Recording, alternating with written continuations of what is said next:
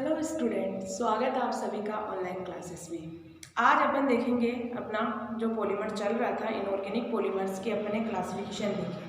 First classification देखा था उसके अरेंजमेंट के आधार पर, मॉलिक्यूल्स के अरेंजमेंट के आधार पर कि किस तरीके से अरेंजमेंट हो सकते हैं। होमो एटॉमिक अरेंजमेंट था, एक hetero atomic arrangement. Second classification देखा था उसके स्ट्रक्चर के आधार पर कि उसकी स्ट्रक्चर किस तरीके की हो सकती है। ओके, इस तरीके से दो क्लासिफिकेशन तो अपन ने देख लिए थे। अब जो नेक्स्ट आएगा आपके वो है आपके कि अलग अलग प्रकार से अपन ओरियन के बॉन्ड्स के आधार पर या उनमें कुछ ना कुछ एलिमेंट्स के आधार पर अपन देख सकते हैं कि वो किस प्रकार के आपके पॉलीमर्स हो सकते हैं। और ये आपके इम्पोर्टेंट भी है, एग्जाम में बहुत बार पूछे जाते हैं कि नाम से बता दें कि 4-5 प्रकार के पॉलीमर्स आपके सिलेबस में, वो अपन देखने वाले हैं। फर्स्ट है आपका कार्ब तात्विक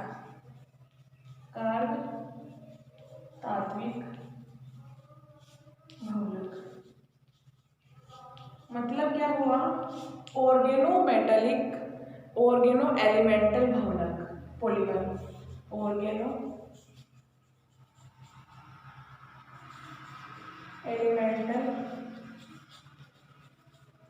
पॉलीमर। ऑर्गेनो एलिमेंटल पॉलीमर है एक आपके सिलेबस में। दूसरा है आपके उपसहसंयोजक बहुलक। उपसहसंयोजक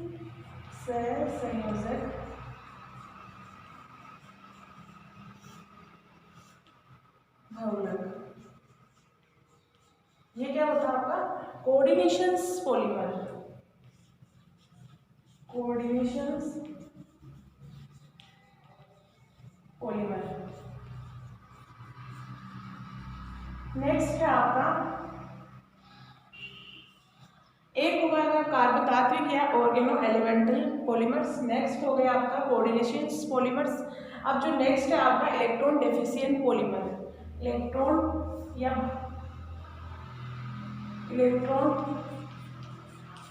न्यून बहुलक। ये क्या होता है आपका? इलेक्ट्रॉन डेफिशिएंट बहुलक। Electron deficient polymer. अब जो लास्ट है वो है आपका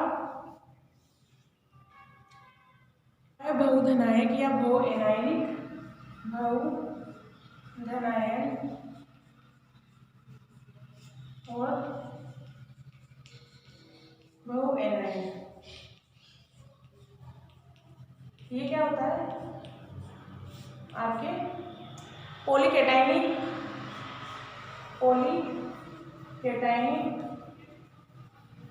एंड पॉलीएनायनिक।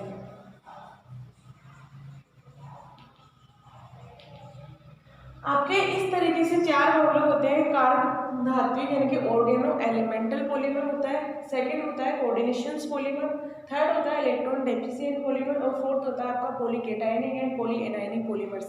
देखो ये पॉलीमर्स आपके एग्जाम में बहुत बार पूछे जाते हैं कि आपके ऑर्गेनो एलिमेंटल पॉलीमर्स किसे कहते हैं, यानी कि वो नाम कह देंगे और पूछेंगे इनकी परिभाषा बताइए, है ना। तो ये पॉलीमर्स आपको देखने होंगे कि होते क्या है। पहली बात तो इनके नाम में पता चल रहा है कि कौन से आपके हो सकते हैं। फर्स्ट आता है आपका organo elemental polymer. Organo elemental polymer का मतलब ये होता है कि जब आपका इनऑर्गेनिक और ऑर्गेनिक पॉलीमर्स एक दूसरे के साथ मिक्स हो जाए उन्हें अपन बोलते हैं organo elemental polymer. Okay, elemental word अपन इनऑर्गेनिक से ले सकते हैं क्योंकि एलिमेंट्स यानी कि कार्बन के अतिरिक्त दूसरा जो एटम्स होगा उसे बोलते हैं एलिमेंट्स। और कार्बन, ऑर्गेनो कार्बन से वर्ड ले सकते हैं। ऑर्गेनो मतलब कार्बनिक कोई, यानी कि कार्बन कोई समूह प्रेजेंट होगा।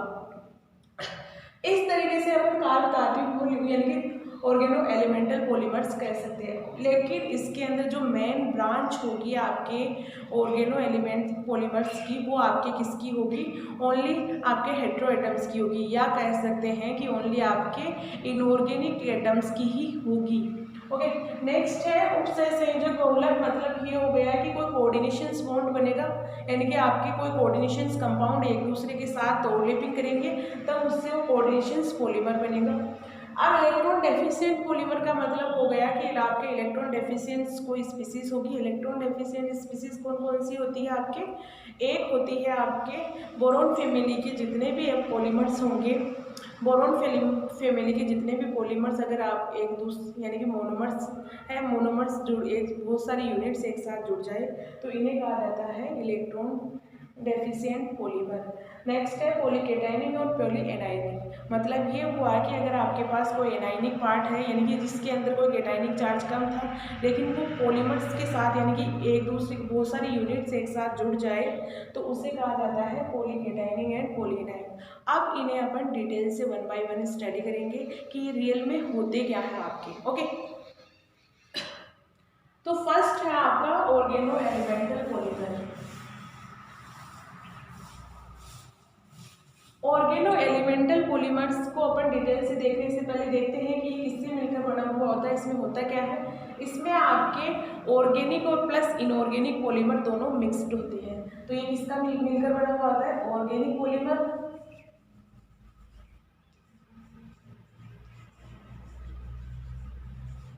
And inorganic polymer.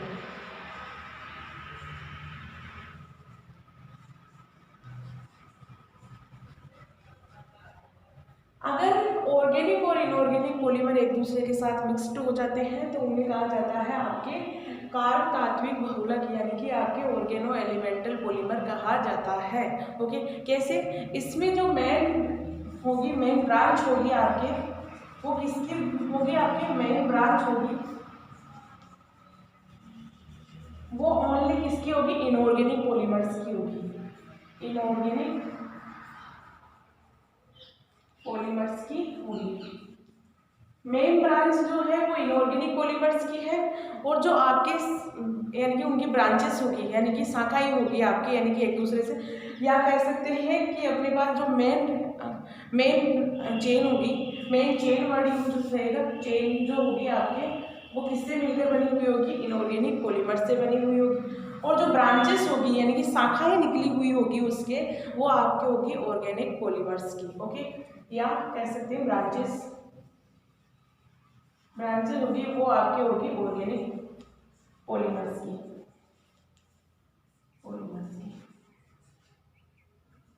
अब एग्जांपल से अपन क्लियर कर लेते हैं कि होता क्या है। अगर आपके पॉलीसिलिकॉन्स के कोई पॉलीमर है, उनका एग्जांपल लेते हैं। पॉलीसिलिकॉन्स मतलब है सिलिकॉन है, ये ऑक्सीजन हो गया अपना सिलिकॉन, ऑक्सीजन सिलिकॉन, वैलेंस 4 होती है सिलिकॉन्स की। अब जो यहाँ से जो जुड़ा हुआ होगा वो आप यानी कि वो किससे बना हुआ होगा, ये हो गया आपके आर। आर का मतलब हो गया कि आपके पास क्या है, ऑर्गेनिक पॉलीमर है। आर मतलब कोई एल्किलिक ग्रुप होगा, है ना। आर का मतलब है यहाँ एल्किलिक ग्रुप या एलिफेटिक ग्रुप, एलिफेटिक ग्रुप यानी कि कुछ भी हो सकता है आपके, मेथेन एथेन यानी कि कार्बन की चेन हो सकती है, कार्बन यानी कि ब्यूटेन प्रोपेन, कुछ भी हो सकता है आपके। इस तरीके से अगर आपके कोई इस तरीके से पॉलीमर्स होते हैं वो आपके होते हैं ऑर्गेनो एलिमेंटल पॉलीमर। अब यहाँ जो ये मेन ब्रांच है वो किससे मिलकर बनी हुई होती है, आपके इनऑर्गेनिक पॉलीमर की। इनऑर्गेनिक है, सिलिकॉन भी इनऑर्गेनिक है और ऑक्सीजन भी इनऑर्गेनिक में आता है। और जो ब्रांचें होती है आपकी वो ऑर्गेनिक होती है यानी कि आपके कार्बन की चेन होगी वो होगी आपके मेन ब्रांच। ओके, या कह सकते हैं या कार्बन की चेन होगी, कार्बन चेन होगी, कोई भी हो सकती है चेन आपका कार्बन कितने भी वर्ड हो सकते हैं यानी कि आपके एक कार्बन की हो 2 3 4 कितने भी कार्बन प्रेजेंट हो सकते हैं ब्रांचेस के ऊपर। ओके, इसी तरीके से अगर अपन किसके लिए, टाइटेनियम के लिए, वो भी इसी तरीके से बना हुआ ऑक्सीजन आर ऐड कर दो, यहाँ 3 जुड़ेगा क्योंकि टाइटेनियम में प्लस 3 का होता है, तो ये हो गया टाइटेनियम फिर से आर, यानी कि आपको बैलेंस से कंप्लीट करते हुए चलना है। यानी कि 3 संयोजी होता है टाइटेनियम, तो 3 संयोजी अपन ने कर दिया। और सिलिकॉन अपना कितना होता है, चतुसंयोजी होता है यानी कि 4 संयोजकताएं जुड़ सकती है। इसे कहते हैं यहाँ पर ऑर्गेनिक एलिमेंटल पॉलीमर्स। इस इस तरीके से ऑर्गेनिक एलिमेंटल पॉलीमर्स की व्याख्या करती है। जो मेन बातें हैं वो सारी मैंने लिख दी है यहाँ, और आपको थ्योरी बनानी है तो आप बना सकते हो कि ऑर्गेनिक पॉलीमर्स और इनऑर्गेनिक पॉलीमर्स से मिलकर बनी हुई पॉलीमर्स को अपन क्या कहते हैं, ऑर्गेनो एलिमेंटल पॉलीमर कहते हैं। और आपकी जो मेन चेन होती है इनके अंदर वो आती है आपके इनऑर्गेनिक पॉलीमर्स से मिलकर बनी हुई होती है। और जो ब्रांचेस पे लगी हुई होती है, यानी ब्रांचेस पे जो लगी हुई होती है वो कार्बन्स एलिमेंट्स, कार्बन्स की लगी हुई होती है, यानी कि हाइड्रोकार्बन्स लगे हुए होते हैं। ये वर्ड सही रहेगा, हाइड्रोकार्बन्स लगे हुए होते हैं।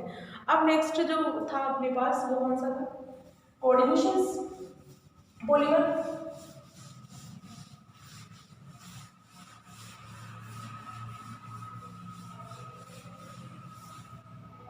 कोऑर्डिनेशन पॉलीमर क्या होता है आपका, कोऑर्डिनेशन पॉलीमर। देखो नाम से पता चल रहा है, कोऑर्डिनेशंस का मतलब होगा कि कोई पॉलीमर है उसके अंदर कोऑर्डिनेट बॉन्ड होंगे। बट आपके कोई होता है जैसे अपने पास है AgCN है ना, ऑलरेडी क्या है इसमें ट्रिपल बॉन्ड है ना, और इससे जुड़ा हुआ है ऑलरेडी, मतलब कि क्या हुआ यहाँ, ये कोऑर्डिनेट कंपाउंड है आपका ऑलरेडी बना हुआ है इसमें। अब इससे जो बनेगा, इनसे जो पॉलीमर्स बनेंगे वो किससे, यानी कि कोऑर्डिनेट बॉन्ड से जुड़े हुए होंगे। अब किस तरीके से जुड़ सकते हैं कोऑर्डिनेट बॉन्ड, क्योंकि यहाँ अब कार्बन्स के साथ तो जुड़ नहीं सकता, नाइट्रोजन के साथ भी नहीं जुड़ सकता कोई, क्योंकि स्टेरिक हिंड्रेंस वगैरह आ जाएंगे उस कंडीशंस में। तो जो डायरेक्ट दूसरा Ag मॉलिक्यूल्स रहेगा, यानी कि Ag मॉलिक्यूल रहेगा, वो कहाँ अटैक करेगा, यानी कि अब एक ये दो यूनिट्स हैं आपके, कोई कंपाउंड है, कोई कोऑर्डिनेशंस कंपाउंड है, कोई दो मॉलिक्यूल्स है, उसके दोनों मॉलिक्यूल्स को अपने को ऐड करना है। वो इलेक्ट्रॉन्स किस तरीके से जाए, यहाँ मेटल वर्ड यूज कर लो वो सबसे बेटर रहेगा। वो किस तरीके से जुड़ सकते हैं, वो किस तरीके से जुड़ेंगे, मेटल के पास होते हैं आपके क्या होते हैं, खाली ऑर्बिटल्स होंगे है ना, वैकेंट ऑर्बिटल होंगे। तो ये लो मैंने इसमें वैकेंट ऑर्बिटल रख दिया। और जो आपके पास यहाँ पाई बॉन्ड्स प्रेजेंट है, वो पाई बॉन्ड्स में क्या उनका पाई स्टार होगा, पाई स्टार होंगे तो इनमें भरे हुए कक्षक होंगे आपके है ना। तो इसमें क्या होगा कि कार्बन, नाइट्रोजन और ये हो गया मेटल, इससे डायरेक्ट बॉन्ड बनेगा, यानी कि इसमें क्या करेंगे, ये अपने पाई बॉन्ड्स, पाई इलेक्ट्रॉन्स को अपने, यानी कि पाई इलेक्ट्रॉन्स को इसमें डाल देंगे मेटल में। तो जो ये बॉन्ड बना है अपना, उसे बोलते हैं अपन कोऑर्डिनेट बॉन्ड। अब बेसिकली थोड़ा सा इसमें आप कंफ्यूज हो रहे होंगे कि कोऑर्डिनेट बॉन्ड बनता है कैसे, जिससे कोई एग्जांपल लेके बताते हैं कि किस तरीके से आपके कोऑर्डिनेट बॉन्ड बनता है।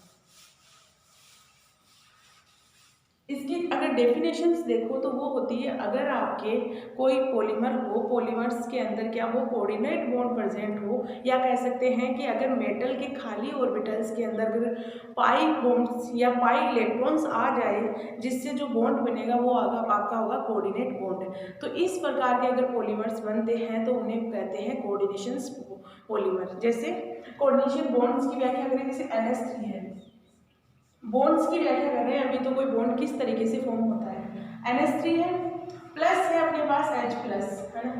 अब बात ये आती है कि अटैक करेगा नाइट्रोजन पर, तो किस तरीके से करेगा, नाइट्रोजन के पास है लोन पेयर, इसके पास है वैकेंट है ना, इसके पास एम्प्टी है ये, यानी कि इसके पास इलेक्ट्रॉन्स नहीं है, खाली कक्षक है, बिल्कुल खाली है। हाइड्रोजन के पास एक होता है लेकिन एक भी नहीं है।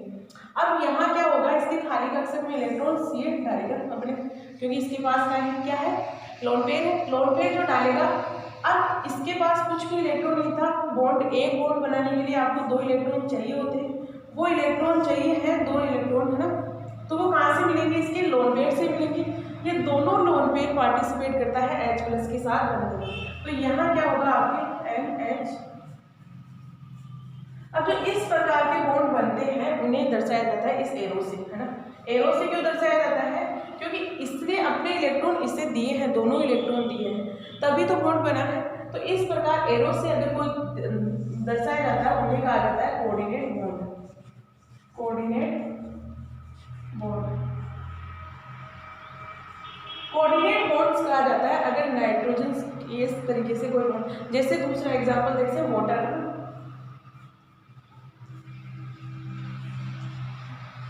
इस तरीके से होता है ना।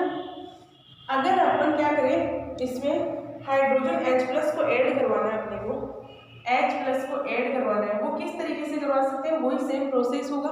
इसमें लोन पेयर्स प्रेजेंट है, वो लोन पेयर एक अपना इसमें इलेक्ट्रॉन दे देगा, देने की वजह से वो क्या बन जाएगा, येलो H+ हो गया, यहाँ प्लस आ जाएगा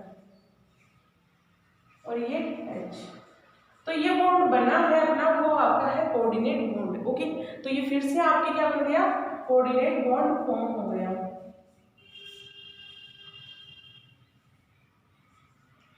तो इसी तरीके से अगर कोई कोऑर्डिनेशंस कंपाउंड, यानी कि जो फर्स्ट बॉन्ड बनता है वो सबको पता है लिगेंड की तरफ से ही बनता है, यानी कि जब मेटल और लिगेंड की बॉन्डिंग होनी होती है, मेटल और लिगेंड की बॉन्डिंग होनी होती है, जो फर्स्ट बॉन्ड बनता है जिसे सिग्मा बॉन्ड बनते हैं बनना कहते हैं, वो सिग्मा बॉन्ड बनता किसकी तरफ से है, लिगेंड के इलेक्ट्रॉन से बनता है, ना कि मेटल के इलेक्ट्रॉन से।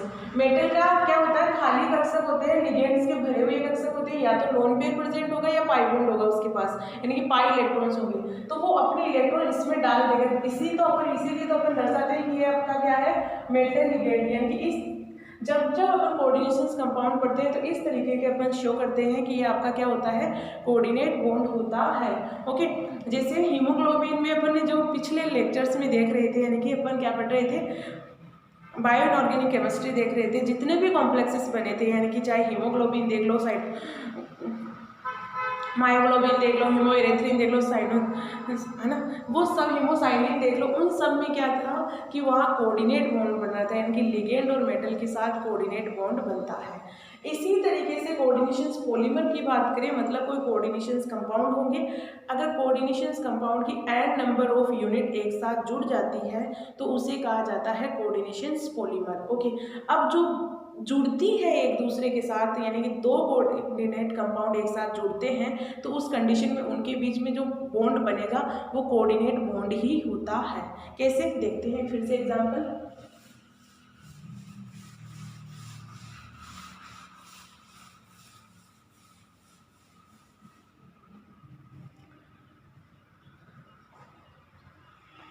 अगर अपने पास इस तरीके से कोई मेटल है, मेटल के पास क्या जुड़ा हुआ है, double bond CH double bond CH, इस तरीके से कोई लिगेंड जुड़ा हुआ है। अब अपने को क्या करना है, इसकी एन नंबर ऑफ यूनिट है, ये अगर इसे basically n number of unit लगा दिया, मतलब क्या हो गया कि बहुत सारे हो सकते हैं एक साथ जुड़े हुए होंगे, तो मतलब क्या हो गया, आपके कोऑर्डिनेट्स पॉलीमर हो सकते हैं। ओके, इस तरीके से शो करते हैं, है ना, कि ये कोऑर्डिनेट पॉलीमर्स हो सकते हैं। अब बात ये आती है कि ये डायरेक्ट तो जुड़ेगा नहीं, यानी कि यहाँ जो मेटल दूसरा जुड़ेगा वो ऐसे तो जुड़ेगा नहीं, क्योंकि ये क्या है, आपके कोऑर्डिनेशंस कंपाउंड है। कोऑर्डिनेशंस कंपाउंड में इस तरीके से तो कोई जुड़ता नहीं है, क्योंकि अब इस हाइड्रोजन के पास में देखिए, इसे ऐसे जोड़ नहीं सकते, क्यों नहीं, क्योंकि इस कार्बन के पास में क्या है, दो इलेक्ट्रॉन्स है इसके यहाँ और दोनों ये बॉन्ड बना रखा है, तो इलेक्ट्रॉन्स तो है ही नहीं कार्बन के पास, ना इस कार्बन के पास इलेक्ट्रॉन है, देगा भी नहीं अपने इलेक्ट्रॉन, क्यों देगा, क्योंकि इसी के पास कमी है। तब उस कंडीशंस में ये जुड़ते कैसे हैं, आपके पास जुड़ेगा तो मेटल, ये कंफर्म है, लिगेंड के साथ मेटल ही जुड़ेगा, लेकिन वो जुड़ेगा कैसे, किस तरीके से बॉन्ड बनाएगा वो देखना है अपने को। तो अपने पास क्या है, मेटल है, दोबारा इसे हटा देते हैं फिर से,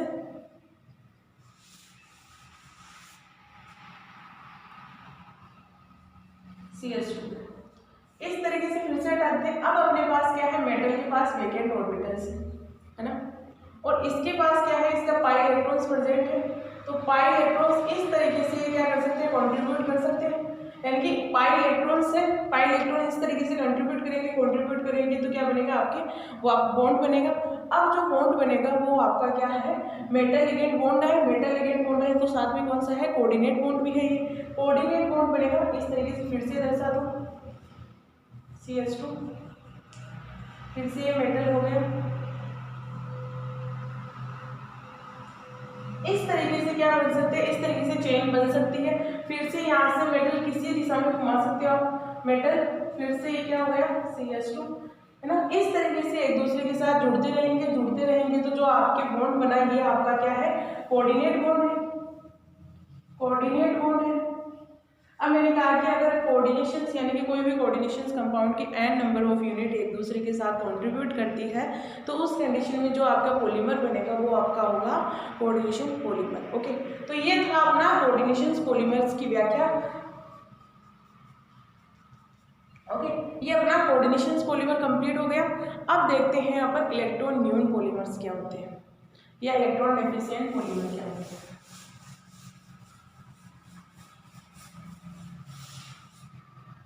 बॉन्ड लेना है, उसको क्या करना है, एक दूसरे के साथ जोड़ते रहना है। किस तरीके से, इलेक्ट्रॉन डेफिशिएंट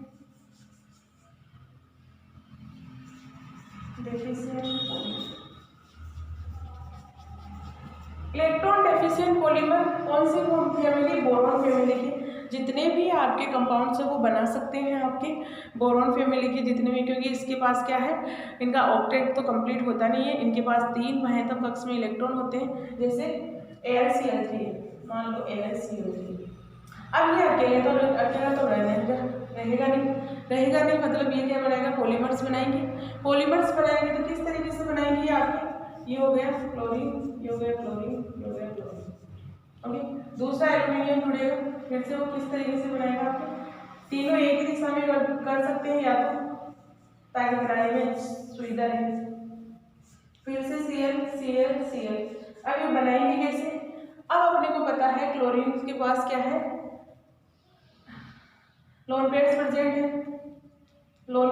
है, तो ये अपने क्या बनाएंगे, बॉन्ड बना लेंगे इस तरीके से। और फिर से दूसरा एल्यूमिनियम भी इसके साथ क्या बना लेगा, बॉन्ड बना लेगा।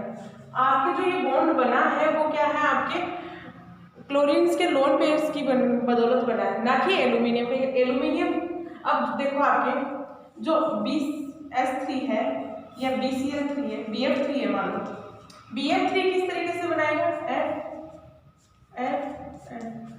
और वो बनाएगा इस तरीके से, है ना। केवल ये डाइमराइजेशन हो सकता है इनका, जब ऐसे मॉलिक्यूल्स हो इनका डाइमराइजेशन भी हो सकता है, क्योंकि यहाँ क्या है, बोरॉन में क्या है, कोई भी ऑर्बिटल्स खाली नहीं, यानी कि डी ऑर्बिटल्स खाली नहीं होते, जबकि एल्यूमिनियम के अंदर क्या है, डी ऑर्बिटल्स आपके खाली रहते हैं, यानी कि एम्प्टी डी ऑर्बिटल्स रहते हैं। एम्प्टी डी ऑर्बिटल्स में क्लोरीन के लोन पेयर ले सकता है। ओके, एम्प्टी डी ऑर्बिटल्स होते हैं तो उनके अंदर क्या होगा, क्लोरीन उनके लोन पेयर ले लेगा और बॉन्ड बनाकर, इस तरीके से ब्रांच आगे तक चली जाएगी, एक सिंपल आपके पॉलीमर का निर्माण हो जाएगा। इस प्रकार के पॉलीमर्स को कहा जाता है electron deficient polymer. Okay, BF3 जैसे मॉलिक्यूल्स तो क्या कर सकते हैं, डाइमराइजेशन कर सकते हैं, क्योंकि बोरॉन के पास कोई एम्प्टी डी ऑर्बिटल नहीं होता है। ओके, और जबकि एल्यूमिनियम जितने जैसे जैसे नीचे जाएंगे अपन, है ना, बोरॉन फैमिली में, उनमें क्या है, डी ऑर्बिटल्स वेकेंट हो सकते हैं, डी ऑर्बिटल्स वेकेंट हो सकते हैं तो पॉलीमराइजेशंस कर सकते हैं। अब जो नेक्स्ट एंड लास्ट है आपका, वो है आपका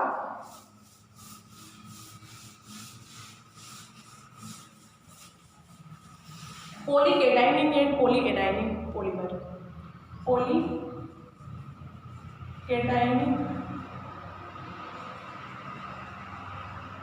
एंड पॉलीएडाइनिक पॉलीमर। ये होता क्या है, पॉलीकेटाइन और एनाइन। पॉलीकेटाइन और एनाइन का मतलब ये है यहाँ कि अगर आपके पास ऐसे पॉलीमर जिनके अंदर मेटल के साथ या तो क्या हो, OH ग्रुप हो या ऑक्सीजन ग्रुप हो, यानी कि हाइड्रोक्सी या ऑक्सी ग्रुप प्रेजेंट होते हैं, उस कंडीशन में अगर बहुत सारे एलिमेंट्स एक साथ जुड़ जाए, यानी कि उसी के जुड़ जाए, तो उस कंडीशन में जो बॉन्ड, यानी कि मेटल और मेटल के बीच में जो बॉन्ड बनेगा वो हाइड्रोक्सी बॉन्ड होगा या ऑक्सी बॉन्ड होगा। ओके, उनकी वजह से क्या होगा, उनके अंदर केटाइंस की मात्रा ज़्यादा हो जाएगी या एनाइंस की मात्रा ज़्यादा हो जाएगी। ओके, जैसे एग्जांपल से समझो, जर्गोनियम है अपना, यहाँ इसके पास OH2 है, हाइड्रोक्सी मतलब OH2, कोई पॉलीमर है OH2। बेसिकली इसके अंदर 6 होते हैं, लेकिन यहाँ क्या होगा आपका, ये देखो, एक मिनट सही से बता देती हूँ।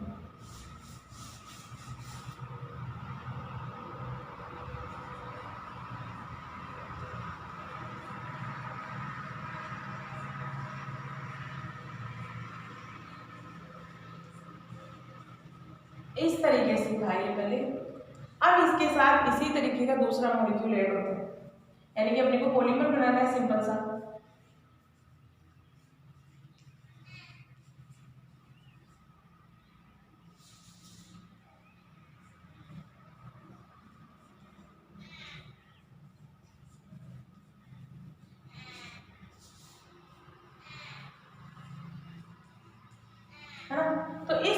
ऐसे होता है तो इनमें क्या होता है, इनमें अट्रैक्शन होगा, दो मॉलिक्यूल है ना, दो मॉलिक्यूल्स में अट्रैक्शन होगा तो ये फिर से इससे बॉन्ड बना लेगा और ये थोड़ा ढील हो जाएगा यहाँ से और ये इससे फिर से बॉन्ड बना लेगा।